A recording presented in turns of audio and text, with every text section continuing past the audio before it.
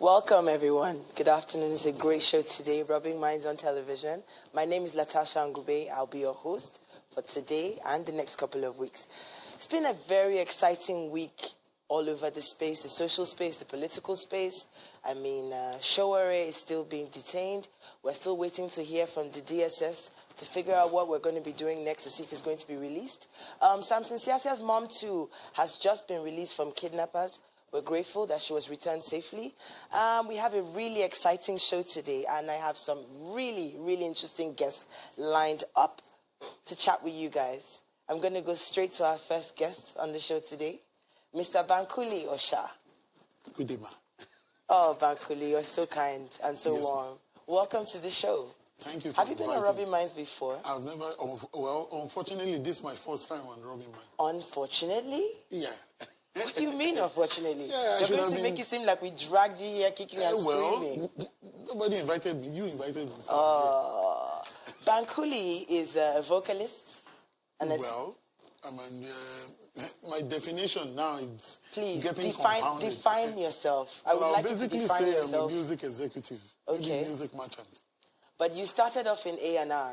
Exactly. So let me tell the world what I know about Bankulli. Okay. The story so far, according to me. Bankulli Osha is started off in A&R, management, talent recruitment, extensive behind-the-scenes work with some of Nigeria's biggest artists. You've worked with D'banj, you've worked with Don Jazzy, you've worked with Mo Hits as a group. You're responsible for many, many cultural bridges being developed from Africa to the world. I know that you are responsible for introducing Malik Berry to Kanye West. D'banj. To D'banj as well, to Kanye West. You made all of these things happen. So tell me, why do people not quite know the man who's been responsible for all of these great things? Well, for me, I'm not doing it because of self-glorification. I'm doing it because I believe it should be done. And for the culture needs to grow from point A to point B. So I just take it as a duty, the same way everybody wakes up in the morning and like the whole family must eat. That same person, that same individual should have been thinking about only his tummy alone. So for me, I believe, taking the culture from point A to point B is my responsibility. If any other person wants to do it with me, I'm so gladly open. And the more, the better, the merrier, the better. So a lot of people don't know this, but Beyonce's recently released album, The Gift, which was her gift to the world from Africa, from an African perspective, one of the soundtrack albums for Lion King, the new Disney released movie. Yeah. You were featured on that album. You were on 3 songs, if I'm not mistaken, 3 songs on that album. Yeah. They had also a lot of African acts. They had Tiwa Savage, Burna Boy, Shatta Wale, Wizkid, Techno, Mr. Easy, and so many others. And then there's you on 3 songs. How do I go from being me to being me with 3 songs on Beyonce's album? Well, it's a long story that I hope I can tell. Compound it for me. Maybe some other day. But for now, I will just take it down and just summarize it to God. Because for me, I'm a very believer in God, and I believe nothing happens, without God ordained. I mean, God ordaining in God's plan. Yes, I was in LA for so many different reasons, Of course, to emancipate the culture. And I was called upon, and what can I do? What I will always say to people, I don't want to say too much story about what actually happened in detail, but I believe we should all be extraordinarily prepared. You must be prepared in everything you do. You must be the best of the best in everything you do, so that when you are called upon, you don't wither, you stand firm and do what you need to do. Of course, my background, apart from being a music executive, apart from, being a music merchant, I'm also a musician myself. And that's a little known fact. Exactly. How long have you been doing music? I've been doing music from age 4.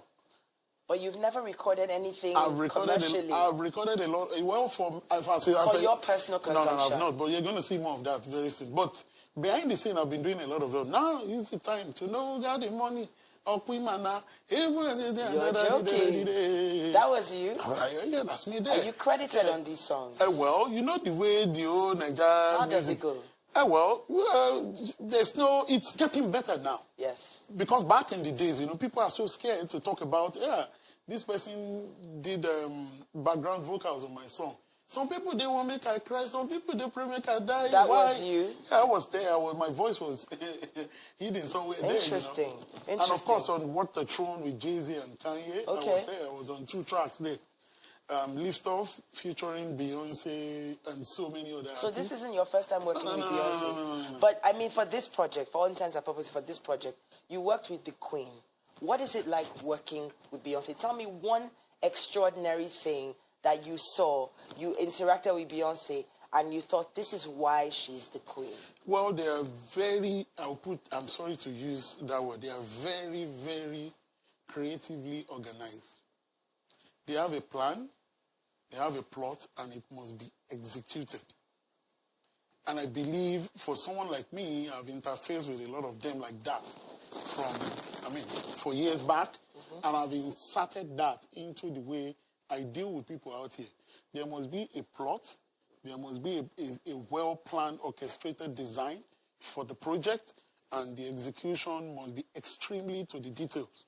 Meaning every song on the album was well scripted. There was there's a sound design, they have the plot. It's not freestyling. It's not lastminute.com. And the way they work out there is 5, 6, 7 heads are better than one.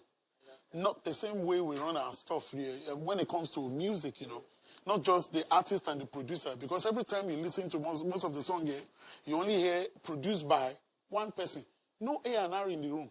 No other creatives in the room. So what do you get? You get fabrication of just 2 people's brain.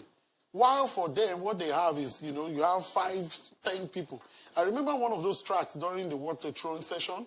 We had, in one other room, there was T-Pain, there was Don Jazzy, there was Diplo. Those are like 3 mega producers in the room. And Mike Dean, you understand what I'm saying? So when you have 4 supersonic super producer in the room, there's no how you won't get the final. There's no how the final product won't hit the ground running. So there's been a lot of buzz on social media about Wizkid making it into the album and Davido not making it into the album, and people, there's been a lot of contests on one side on the other, and some are saying that ultimately this is the proof that one artist is better than the other or one is greater than the other. What do you make of that? Number one, I'm going to say, for very total clarification, I don't know why on this side of the world, well, it's good for the business, when you try to pitch the 2 artists together. For me, I believe they are the 2 of them are they are the best. They are the best of the best for each other. In regards to, David has a style, Wizkid has a style. There's no reason why we should, compete or we should try and pitch the 2 of them together. For me, as a fatherly figure to the 2 of them, I call them ambassadors.